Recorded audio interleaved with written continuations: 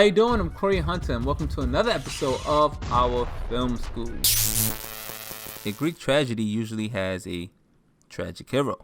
These tragedies are constructed in such a way to arouse a certain emotion in their audience. This emotion is, according to Aristotle, supposed to be both pity and fear. By feeling these emotions, the audience is supposed to be cleansed. Therefore, in order to spark these feelings, a tragedy requires a certain hero. A hero who is neither good or bad, but capable, even special, but whose misfortune is due to fate or a misguided error in judgment. Furthermore, the character must be deemed a high member in society and revered by those around him. In short, Aristotle met someone of royalty. For example, in Star Wars we have the Skywalker family, in Dune we have House Atreides, and in Game of Thrones we have the Starks. If we go back to the roots of Greek tragedies, then we have characters such as Agamemnon, Oedipus, and even Zeus, who are part of royal families with a wide range of characteristics. The reason our heroes must come from such high standing is to emphasize the turn of events. What also help emphasize these turn of events is by having relatable characters. What follows after is a moment of realization,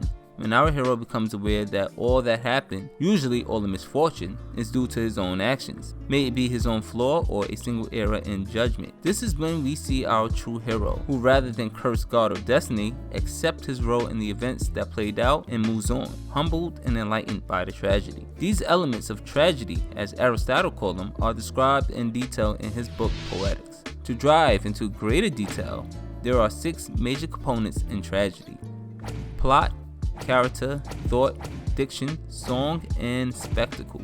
Plot is key. It should be finely tuned, with no wasted action, meaning that the beginning, middle, and end should all serve a purpose towards the intended effect. With that said, Aristotle maps out a nice course of how it should all play out. It's to start from complication and spiral out of control from there. The tragic flaw of our hero leads to complications and revelations. This causes everything to intensify until our reversal in fortune for our hero. Next in importance to Aristotle is character, and as we mentioned before, our hero should have certain qualities. In addition to those qualities, our hero should seem better than we are, as to add strength to our hero's tragic end. This is the foundation for the effect of pity and fear the audience should feel. The pity is due to the misfortune our hero suffers, which is far more than deserved, and therefore fear for oneself, if ever in such a scenario. Thought is pretty much the theme explored due to the circumstances or situation. Then there is diction, song, and spectacle, all which is self-explanatory. So what's the point in knowing all this? To point out, the Godfather is a Greek tragedy.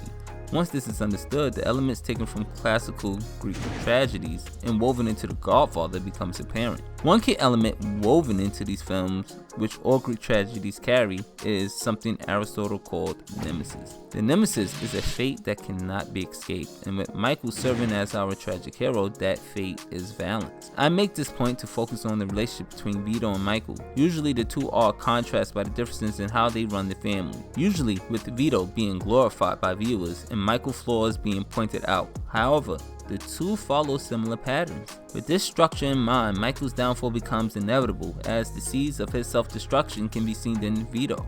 Before we jump into Michael's nemesis, let's explore what structures Michael as the tragic hero. As noted before, tragic heroes are traditionally of noble birth, possess extreme pride, has a tragic flaw, undergoes a reversal, then self-realization, and then experiences excessive suffering. Michael was born into the Corleone family, and therefore born into status due to his father's dealing in crime and business, generating both success and respect for the family.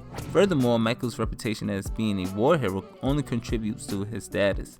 His pride is disguised in his ambitions to save his family from violence, to make the business legitimate, to erase all threats from his family. It's as if he's challenging fate itself. His tragic flaw is his unwavering love for his family.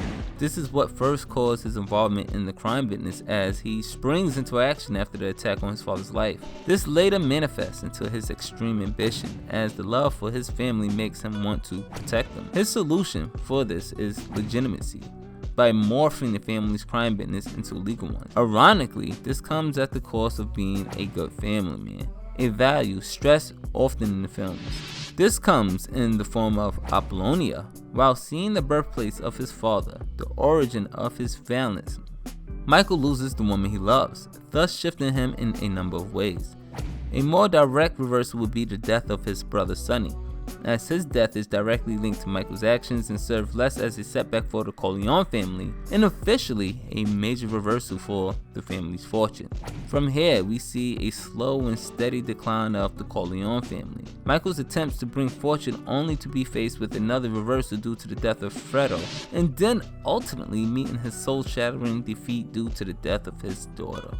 A big portion of The Godfather 3 ties into this. That is our tragic hero's self-awareness and self-knowledge, which gives way to Michael's ultimate suffering, completing Michael as the traditional tragic hero. This concept, known as Nemesis, is tricky, and the structure of Greek tragedies is a fatal flaw in our hero that causes his downfall. This caters to the idea of freedom, or the idea that one influences his own destiny, as this blames the misfortune of our hero on his own actions. However, it's also our hero's fate. Fate is when one is doomed to fail due to circumstances beyond them. Traditionally, it would be summed up to being the will of the gods. So here we have two explanations as to why a hero meets a terrible end. One on the side of freedom and the other fate. One within one's control and the other beyond. Yet the concept of Nemesis embraces both as its truth. This is possible when described a different way. The tragic flaw of our hero is the instrument in which he becomes trapped by his nemesis. In other words, our hero traps himself within fate, as our hero's characteristics and choices makes his destiny preordained. Using this concept, it becomes certain that Michael is fated for a terrible end,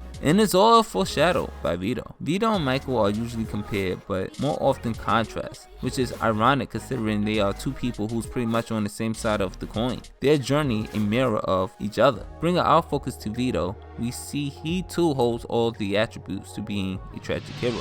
This is due to the trick of narrative, in which we're introduced to this Vito rather than this one. Therefore, he being of a noble family probably don't work within the confines of the universe in which the story takes place. However, it works perfectly within the perspective of the audience, who know who he will become and the powerful family he will create. Vito's pride stems from his sense of justice. His strong belief in his values and in himself, believing himself worthy to use violence to attain certain goals, contributes to his downfall. Vito wears his values as if armor, yet the violence in the sphere he conducts business in is a double-sided sword. His pride is itself a contradiction. He's aware of the bad he does and why he do it, yet he believes himself as ultimately a moral man. Violence results in violence ends.